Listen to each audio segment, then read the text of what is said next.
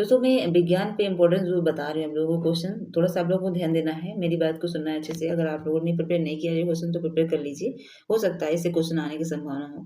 दोस्तों 2-2 question 1-1 number means कहने का 1-1 नंबर जो है इम्पोर्टेंट होता है। तो कहने का अगर 2 नंबर आपके बढ़ गए तो कम नहीं, आपको पता है 1-1 नंबर से बैक लगा देते हैं। तो मेरा कहने का मीन्स ये है कि आप कोई भी क्वेश्चन छूटे ना। तो थोड़ा-सा आप लोगों को ध्यान देना है, सजीव-निर्जीव के बारे में पढ़ लेना, विद्युत बल के बारे में पढ़ लेना, ऊर्ध्वापातन से तात्पर्य क्या है और वाष्प गैस से संबंध पढ़ लेना, वाष्प संबंधित इससे कोई क्वेश्चन आ सकता है, संवेग और सदिश अदिश राशि पढ़ लेना है। परागण किसे कहते हैं और पुष्प नर मादा इस ये तो लिख लोगे। सजीव निर्जीव तो शाकाहारी मांसाहारी जंतुओं के 2 नाम। घर्षण बल पदार्थ की कितनी भौतिक अवस्थाएं हैं। समय का मात्रक क्या है। समय का मानक मात्रा समय का मानक मात्रा और गति किसे कहते हैं। जरायुज और अंडज में अंतर। मरस्तुली पौधे की पत्तियां नुकीली क्यों होती है, इस पे थोड़ा सा प्रकाश डालिए, ऐसे क्वेश्चन आ सकते हैं। और पुष्प के कितने भाग होते हैं, ये सब लिख लो। तंबाकू सेवन होने से 2 हानि बताइए, मृतिका किसे कहते हैं। और क्वेश्चन ऐसे आ सकता है जैसे कि माइक्रोमीटर में कितने पिकोमीटर होते हैं। बेरल की लंबाई वृत्त व्यास मापन के यंत्र उपयोग किए गए, इससे संबंधित पृथक और पदार्थों और पृथक्करण से आप क्या समझते हैं, ये क्वेश्चन आ सकता है। भोजन एकत्रित करते हैं तो मूसला जड़ों से संबंधित आ सकता है, मूसला जड़ से पढ़ लेना है। और दोलन तथा कंपन गति से उदाहरण से लिख लेना, मतलब पढ़ लेना। बीजांडु और आंतरिक संरचना का नामांकित चित्र बनाइए, चित्र बनाने को आ सकता है। दोस्तों वैसे चित्र हर बार आता है, हर बार आता हो सकता है पिछली बार आया, इस बार भी आ जाए, पिछली बार तो आया था। तो आप लोग देख लेना थोड़ा सा। मेरा कहने में ये है रेन वाटर हार्वेस्टिंग से क्या आप समझते हैं। गति का तृतीय नियम, पहला नियम, दूसरा नियम, ये थोड़ा नियम के बारे में देख लेना। और इसमें जो थ्योरी, तो दोलन गति किसे कहते हैं, इसके उदाहरण लिखे। यौगिक किसे कहते हैं। मृतोपजीवी से आप क्या समझते हैं, भोजन गति तो सब हो जाएगा। और ठोस द्रव गैस, ये तो आप लोग को अच्छे से पता होगा, इसको अच्छे से पढ़ लेना जिसको नहीं पता। ऊर्जा के नवीनीकरण और अनवीनीकरण के स्रोत आप क्या। ऊर्जा के नवीनीकरण ये पढ़ लेना। पोषण के आधार पर पादप एवं जंतु में अंतर समझाइए।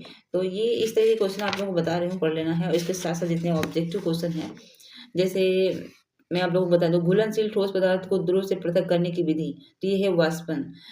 पहलवान को भार उठाने में लगने वाला बल पीसीए बल है।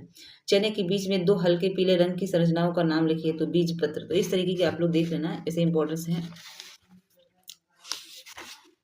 स्त्री केसर के 3 भागों के नाम लिखिए, पिछली बार आया था फर्स्ट सेमेस्टर में, तो 2023 की बात कर रही हूँ, मैंने लिखा भी था। विषांगी मिश्रण के 2 गुण लिखिए, तो इस तरीके का आप लिख लेना है। थर्मोसेस्टिंग प्लास्टिक किसे कहते हैं, बाकी तो मैंने बता दिया है। और इसके साथ साथ अपना तैयार कर लेना, लेकिन जितने क्वेश्चन मैंने बताया उसको देख लेना, नज़रअंदाज मत करना, पढ़ लेना है। क्योंकि जिस तरीके से मैं क्वेश्चन देख रही हूँ, आ रहे हैं क्वेश्चन, और पिछली बार के क्वेश्चन देखते हुए, तो मैंने मुझे आज आज के पेपर से मुझे अनुभव लग गया कि क्वेश्चन आने की कैसी संभावना है, इसलिए मैं आप लोगों को बता रही हूँ। क्योंकि क्वेश्चन वही पूछता है, थोड़ा सा घुमा के पूछता है। मीन्स घुमाने का मतलब जानते हो क्या है, आप लोग इजी नोट से पढ़ते हो इसलिए बुक से क्वेश्चन पूछे जाते हैं, मुझे पता है बुक से ही क्वेश्चन पूछे जाते हैं। और बुक में पता है कंप्लीट ही बात लिखी होती है, इजी नोट्स में कम लिखा होता है, इजी नोट में बहुत कम नाम लिखे होते हैं। और उसमें अधिकतर प्रकार, निम्न प्रकाश और अंतर, इस तरीके से मतलब उसका क्या है, अर्थ क्या है, इस तरीके से पूछ लेते हैं ना। तो आप लोग ना उस तरीके से पढ़िए। आर्द्रताग्राही जड़ें क्या है, इस तरह की क्वेश्चन देख लेना, ये बहुत इंपॉर्टेंट पता है। फिर एग्जाम में आता है कि आर्द्रताग्राही क्या है।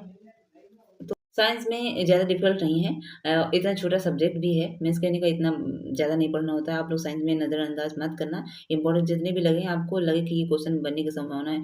थोड़ा सा ना डिफिकल्ट ऐसे होता है ना कि जिसका मतलब आपको सोचने में याद याद करना पड़े, मतलब कि इसका मतलब क्या है। जैसे कि आज पेपर में बाल विकास में क्वेश्चन देखने में मिला था अवधान, बहुत लोग समझ नहीं पाए अवधान क्या है। तो इस तरीके के क्वेश्चन आप लोग देखा करो, क्योंकि एग्जाम ऐसे ही रखता है कि जैसे आप पेपर में उसको समझने में आपको थोड़ा दिक्कत हो कि इसका क्या मतलब। अब ईज़ी बिल्कुल नहीं रखेगा, डायरेक्टली क्वेश्चन आपको नहीं रखेगा, क्वेश्चन ऐसे ही रखेगा कि आपको थोड़ा सोचना पड़े।